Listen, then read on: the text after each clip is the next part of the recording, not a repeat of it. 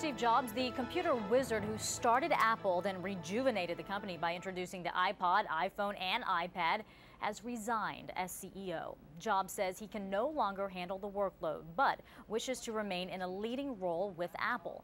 He has taken 3 medical leaves over the years, survived pancreatic cancer, and received a liver transplant. In his resignation letter, Jobs wrote, quote, "I have always said if there ever came a day when I could no longer meet my duties and expectations as Apple's CEO, I would be the first to let you know. Unfortunately, that day has come." For more this morning, we are joined by CNET's senior editor, Stein. Thanks for being with us. Yeah. All right, so in that letter, he did not cite specific reasons for this resignation as CEO. Are we to assume it's health related?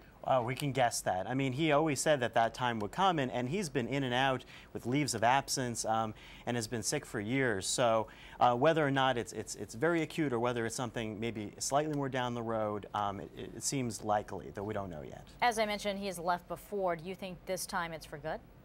This time, yeah, he's never resigned before. He's stepped down for leaves of absence, but the resignation is and announcing Tim Cook as the CEO is a pretty permanent move. Yeah, we're going to get to Tim Cook in just a second, but he is going to stay on in some capacity, correct? Yeah, he's going to be chairman of the board, and he's going to be there as their shareholder and you know, advising, and you know, I think that's a very comforting factor, especially when you have the iPhone 5 coming out, iCloud. There are a lot of new industries that Apple's going into and new software updates. That's a very transitional period in some ways with iCloud, so it'd be very helpful to have his advice on that. How important is it for him to have his hand in that? Because he's been credited with a lot of Apple's products, the iPad, the iPod, you know, all these different things. Is it important? I mean, is it a reflection of Steve Jobs that in order for Apple to continue as we know it, he needs to be a part of that? Well, I mean, he's revolutionized computing, he's revolutionized the music industry, he's revolutionized the phone industry. It seems like he's on the verge of you know, they're revolutionizing publishing at this point,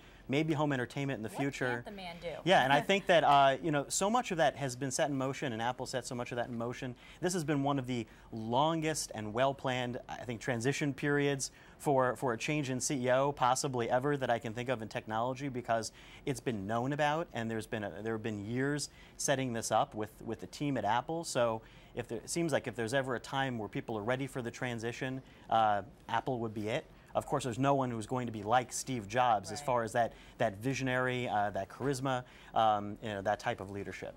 What do you make of the timing, though? Because just a few weeks ago, we saw that Apple had surpassed Exxon as the most valuable public company out there. Well, it's hard timing, obviously, because you know, you take that point of leadership. On the other hand, across the tech industry, there's been all sorts of chaos. You know, with HP, you know, Google's made interesting moves acquiring Motorola, but you know, there's no great leadership, I feel like, anywhere in the tech industry right now. And so, you know, Apple was at the forefront with that. If it ends up being a slightly wavy period right now, they still stand to have great leadership going forward because of all of the projects and all of the technology that they already have out there worldwide. Let's get back to Tim Cook, who will be stepping in now that Steve Jobs is resigning. What do we know about him? I mean, he's essentially been kind of running the ship as well for the past, what, 7 years? Yeah, he's been Chief Operating Officer, and he's also stepped in for several quarters with Apple. The iPhone 3GS launch, he was there for the keynote, and he took over while Steve Jobs had a leave of absence. He's been there along with Steve for a lot of the keynotes recently. You've actually seen a lot of the Apple team presenting at a lot of them along with Steve Jobs, and that's been intentional to introduce you to the team, to get you used to the group, and to pave this road to get them acquainted with us, with the public, and with people, tech journalists, so that we don't feel that it's that sharp a transition. So how will he make Apple different? Do you expect him to do that in any way? Well, during the time with Tim Cook, over the past few years, they've been streamlining, they've been finding ways to you know, make the manufacturing process even more efficient, saving Apple money along the way. So you know, I think efficiency, you know, there's the question of, sure, what the next great product will be. Will that be his signature on it? Right, but then, you know, you look at Jonathan Ive and the presence he had in design, who's with Apple, and you know, how many people there that already have great ideas, and if there's already there are probably products that are already in incubation at this point that may not have seen the light of day. We'll see some of that stuff in the queue most likely over the next few years, and that's the sort of stuff that, you know, Steve Jobs has been there working on. Even though Tim Cook has been on for quite some time, once we got news that Steve Jobs is resigning, we saw, Apple stock fall in after-hours trading. It's going to be interesting to see where the futures go. But what does this say to people who own Apple stock? Should they be worried?